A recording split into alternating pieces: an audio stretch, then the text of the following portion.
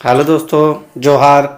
आज हम लोग नागपुरी भाषा के ग्रामर का विशेषण लेसन का देखेंगे। ठीक है ना। तो विशेषण को दोस्तों एडजेक्टिव भी कहा जाता है। चलिए दोस्तों, जो भी हमारे चैनल पर पहली बार विजिट कर रहे हो वो सब्सक्राइब करना ना भूले और घंटी का बटन ज़रूर दबाएं ताकि जो भी हमारा न्यू वीडियो आए सबसे पहले नोटिफिकेशन आपके पास है। और दोस्तों आपसे रिक्वेस्ट है कि आप लाइक ज़रूर करें, क्योंकि लाइक करने से हमारा मोटिवेशन आगे बढ़ता है। ठीक है ना।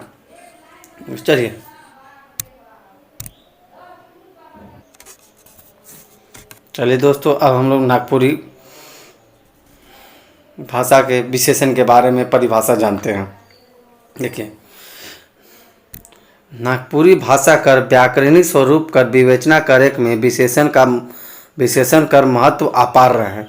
कहने का मतलब है कि नागपुरी भाषा में जो व्याकरणिक स्वरूप है उसका विवेचना मतलब होता है एक्सप्लेन करना, व्याख्या करने में विशेषण का बहुत महत्व होता है। ठीक है ना। इकर आधार पर शब्द मनक प्रवृत्ति के समझे पर अवसर मिलेला। मतलब इसके आधार पर शब्द की प्रवृत्ति के बारे में समझने का मौका मिलता है। भाषा कर संरचनात्मक विशेषता इकर माध्यम से भाषा के बारे में भाषा की संरचना कैसी है उसकी विशेषता के बारे में इसके बारे में जाना जाता है। चलिए अब इसका परिभाषा देखते हैं दोस्तों। जोन संज्ञा चाहे सर्वनाम शब्द कर विशेषता जैसे गुण, दोष, संख्या, मात्रा मनक बताएला ओके विशेषण कहा जाला। अब हम लोग हिंदी में देखते हैं। जो शब्द संज्ञा चाहे सर्वनाम का विशेषता बताता है, जैसे गुण हो गया, दोष हो गया, संख्या हो गया, मात्रा हो गया, मात्रा यानी क्वांटिटी, ये सब बताता है, उसको विशेषण कहा जाता है। चलिए अब हम लोग आते हैं आगे। जोन संज्ञा मनक विशेषता बतायल जाला उके विशेष से कहल जाला।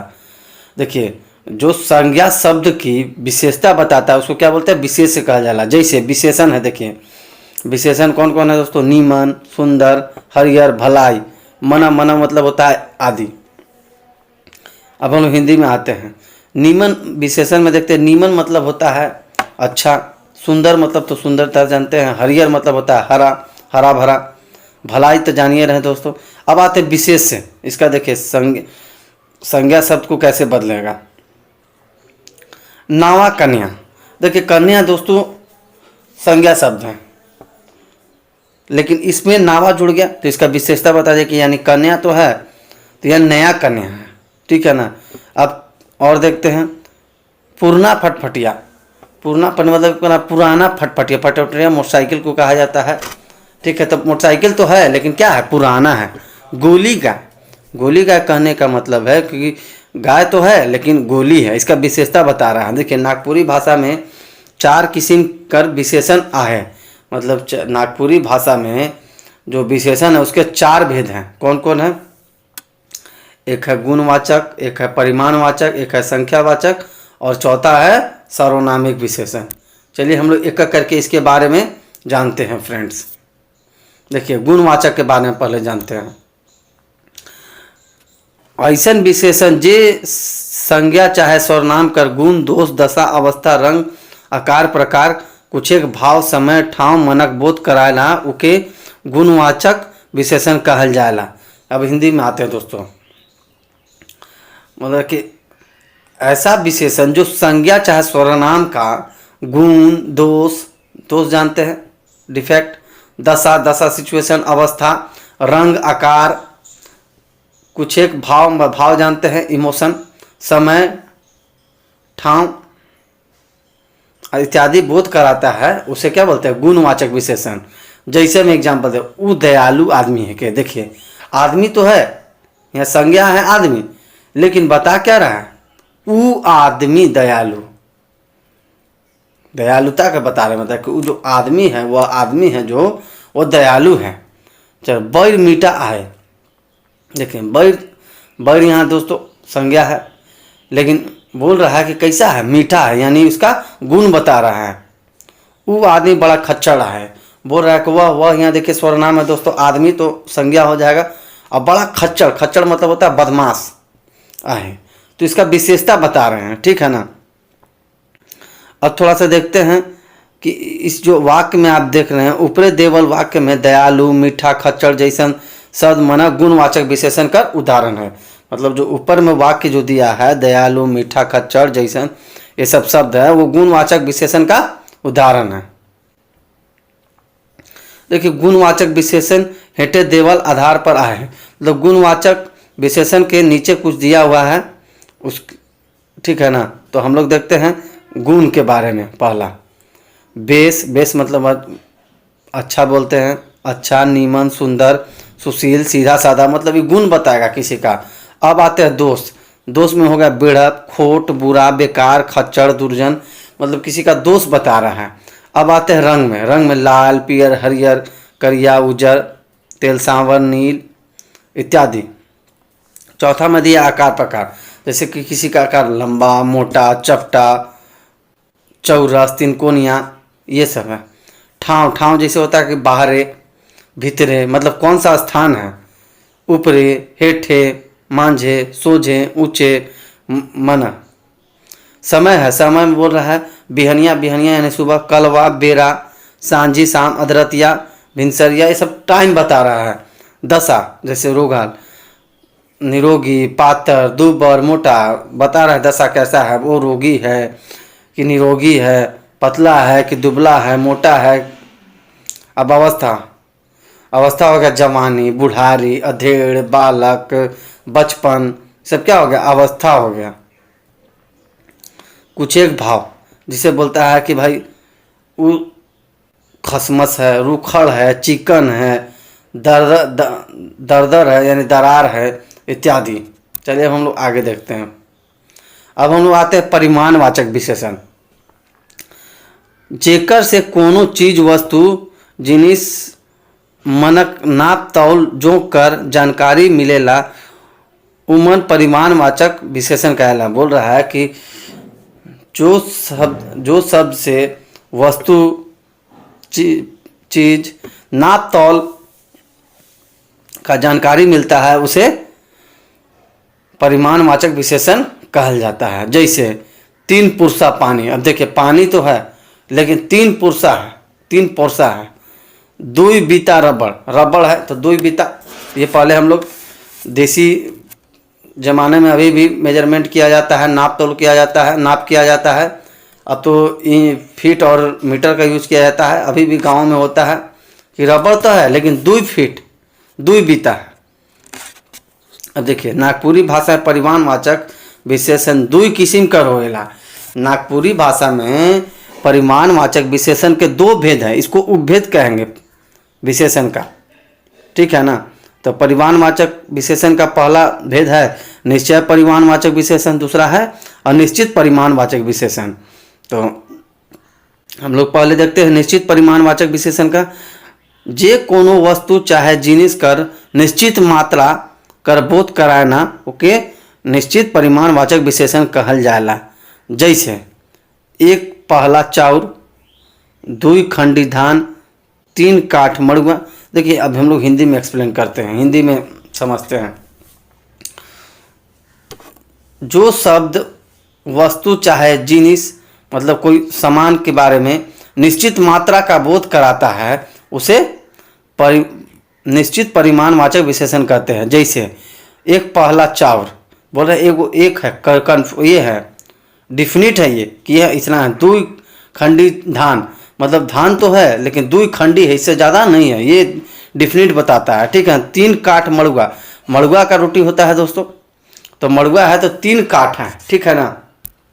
अब हम लोग आगे चलते हैं।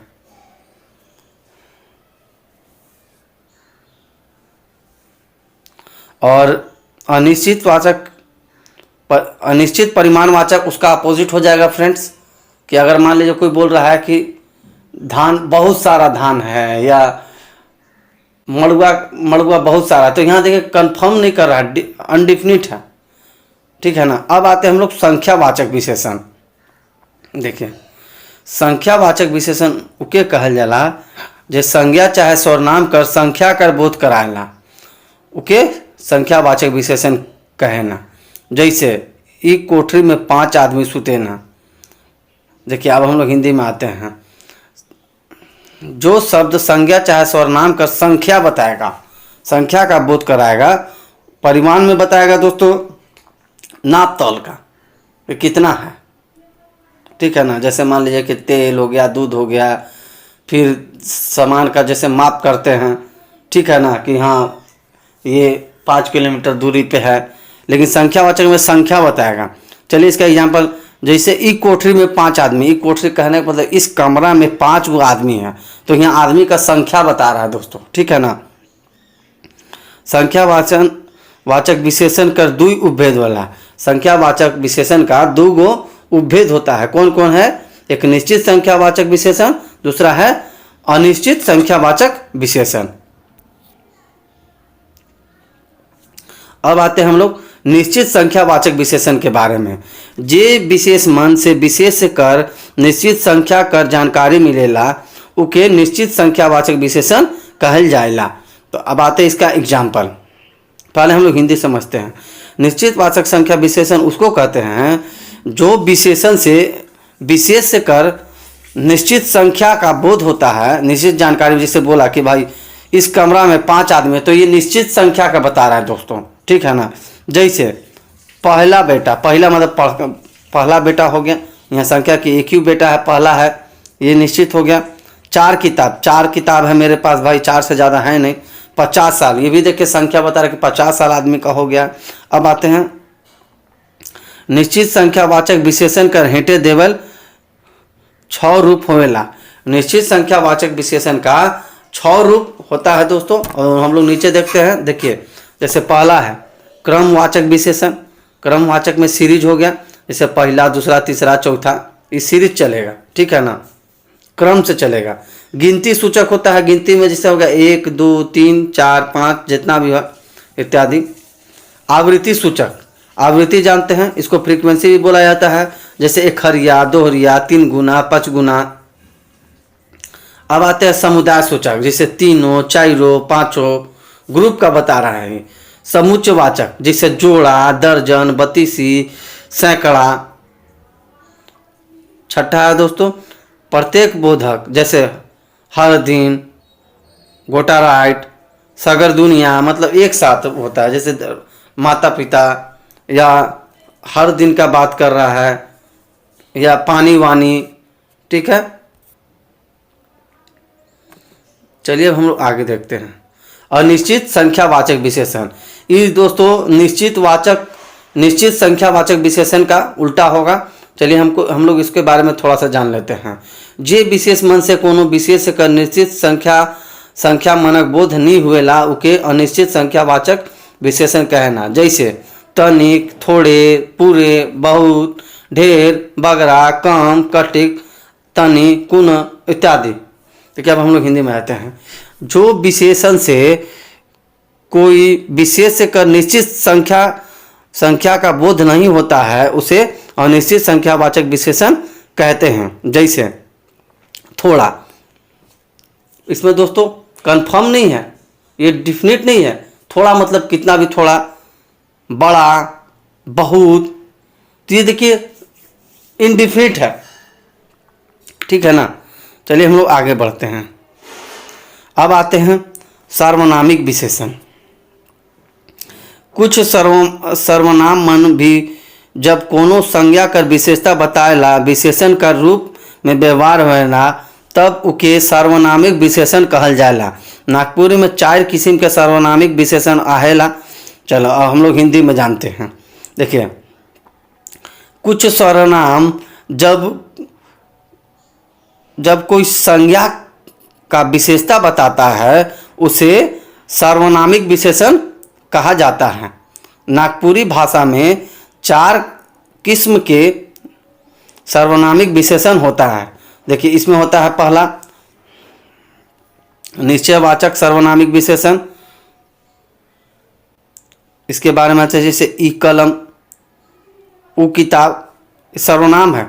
ई किताब मतलब यह किताब, वो किताब, देखिए किसका बता रहा है कि किसका किताब है, वो उसका है। तो सर्वनाम का यूज हो रहा है, देखिए संज्ञा का विशेषता बता रहा है, ठीक है ना। अनिश्चयवाचक सर्वनामिक विशेषण देखते हैं। के वो आदमी, भाई के कौन आदमी, यहाँ अनिश्चित है। कोनो किताब, अरे कौन किताब है भाई? सवाल बोधक, सवाल यानी प्रश्न, प्रश्न बोधक सर्वनामिक विशेषण। केकर मोबाइल, अरे किसका मोबाइल है भाई? कोई क्वेश्चन पूछ रहा है। अब यहाँ देखिए सर्वनाम के किसका मतलब हो गया, केकर यहाँ हो गया सर्वनाम, और मोबाइल हो गया संज्ञा। तो उसका विशेषता बता रहा है। कौन छुआ, कौन लड़का, छुआ मतलब होता है लड़का।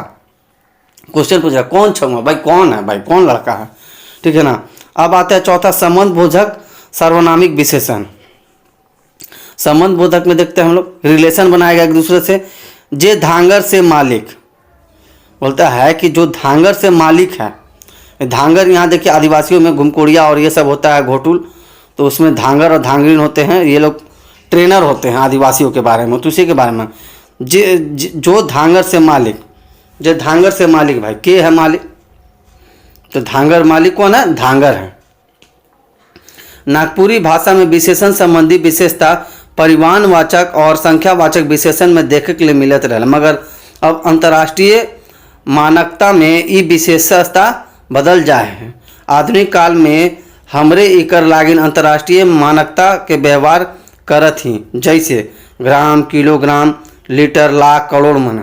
गुणवाचक और सर्वनामिक विशेषण आज भी अपन परंपरागत रूप में व्यवहार होता है। इसमें कह रहा है दोस्तों